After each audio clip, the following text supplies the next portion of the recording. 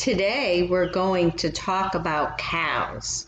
Cows are a really important farm animal because they give us milk.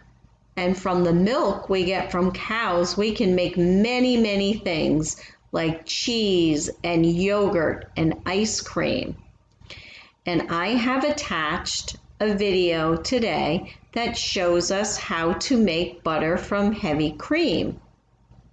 Maybe you can do this activity at home by putting heavy cream into a jar with a lid and shaking.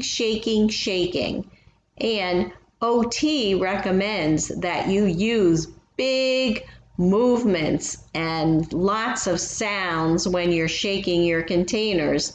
Maybe you can even sing "Oh MacDonald Had a Farm" and get your other family members to help you. And guess what? When you make your own butter, it is so delicious.